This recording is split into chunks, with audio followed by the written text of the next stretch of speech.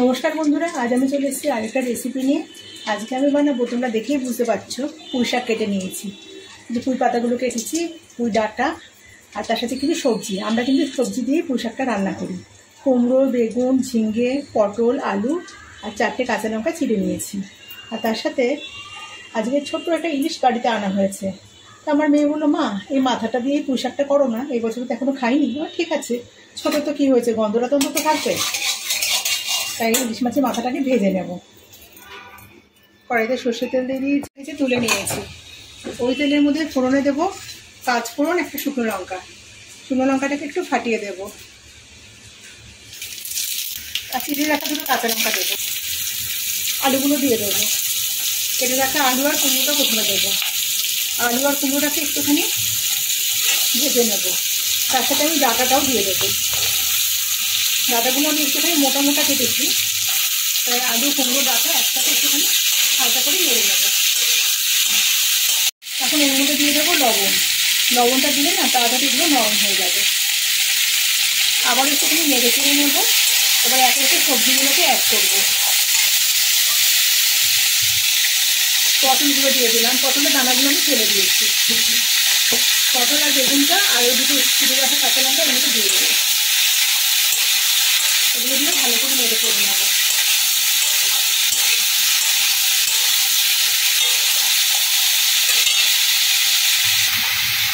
এর মধ্যে দিয়ে দেবো অল্প করে জিরের গুঁড়ো। আমি কিন্তু এখানে বেশি কিছু মশলা কোনো কিছু ব্যবহার করবো না। আর আমি কিন্তু সব রান্নাতে একটা মশলা ব্যবহার করে একদমই পছন্দ করি না। যারা আমার ভিডিওগুলো দেখেন তারা কিন্তু জানেন আমি একদম কম তেল মশলায় রান্না করি। দিয়ে দিলাম হলুদের গুঁড়ো। ভালো করে নেড়ে ফেড়ে নেব। সব তেল দেবো ঝিঙেটা। ঝিঙেটা পরে দিচ্ছি এই কারণে, ঝিঙে থেকে কিন্তু একটা জল বেরিয়ে যায়। আগে তেল দিলে না তো জল মতো ব্যাপারটা চলে আসবে। আর এই রান্নাতে কিন্তু আমি কোনো জলের ব্যবহার করবো না। সবজি থেকে যে জলটা বেরোবে সেটা দিয়ে কিন্তু এই রান্নাটা হয়ে যাবে। আর এইভাবে জলের ব্যবহার করলে কিন্তু খেতে একটু পাঞ্চা পাঞ্চার মতো লাগবে।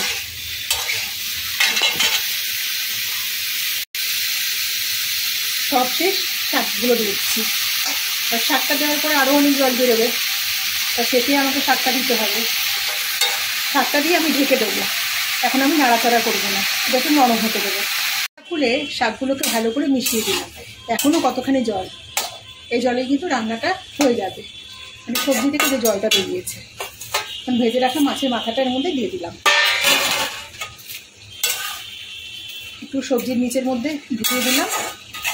একদম মাথাটা না সবজির মধ্যে ঢেকে দিলাম, যাতে সবজির থেকে যে সমস্ত রস টসগুলো বেরোবে সেগুলো যাতে এর মধ্যে মিশে যায়, খেতে খুব ভালো লাগবে, টেস্টটা ভালো হবে। আবারও ঢেকে দেবো। সবজিগুলো সব সেদ্ধ হয়ে গেছে। এখনও কিন্তু এর মধ্যে একটা জল জল ভাব রয়েছে। এখন এর মধ্যে দিয়ে দিলাম চিনি। আমি সব রান্নাতে চিনি ব্যবহার করি, আর যেহেতু একটা মাছের মাথা দিয়ে একটা ছ্যাঁচা টাইপের হচ্ছে, তখন আমি চিনি দিয়ে দিয়েছি। আর রান্নাটা আমি একদম ভাজা ভাজা করবো। গ্যাসটাকে এখন বাড়িয়ে দিয়েছি। আর মাথাটা না একদম ভেঙে গুঁড়ো গুঁড়ো করে দেবো না, যেহেতু আমার মেয়ে খাবে, কাঁটা লাগবে, এরকম গোটা গোটাই আমি মাথাটা রাখবো। আর ছোটোটা খেলে তো একদম গুঁড়ো গুঁড়ো করে দিলে তাদের অসুবিধা না, গলায় গেলে আসতে দিলে। আর এখন আমি দেবো একটা ভাজা মশলা, ভেজে রাখা জিরের গুঁড়ো, রোস্টেড জিরের গুঁড়ো যেটাকে বলে। শুকনো কড়াইতে জিরেটাকে ভেজে নিয়ে গুঁড়ো করে নিয়েছি। এই রোস্টেড জিরের গুঁড়ো দিলে কিন্তু স্বাদটা খুব ভালো হয়। আর এটা একদম ভাজা ভাজা করবো নাড়তে নাড়তে। এটা দুর্দান্ত সাথে হয় কিন্তু রান্নাটা। বন্ধুরা, আমরা তো অনেক রান্না অনেকভাবে খেয়ে দেখি, একবার এইভাবে করে খেয়ে দেখবেন, খুব ভালো লাগবে খেতে। একেবারে ভাজা ভাজা করে নিয়েছি। এটা কিন্তু ভাতের সাথে যেরকম ভালো লাগে, রুটির সাথেও কিন্তু খেতে খুবই ভালো লাগবে। তো রেসিপিটা কেমন লাগবে অবশ্যই কমেন্টে জানাবেন। রেসিপিটা ভালো লেগে থাকলে একটা লাইক দেবেন। আর যে সমস্ত নতুন বন্ধুরা আমার চ্যানেলটাকে এখনো সাবস্ক্রাইব করেনি, প্লিজ চ্যানেলটাকে সাবস্ক্রাইব করে আমার পাশে থাকুন।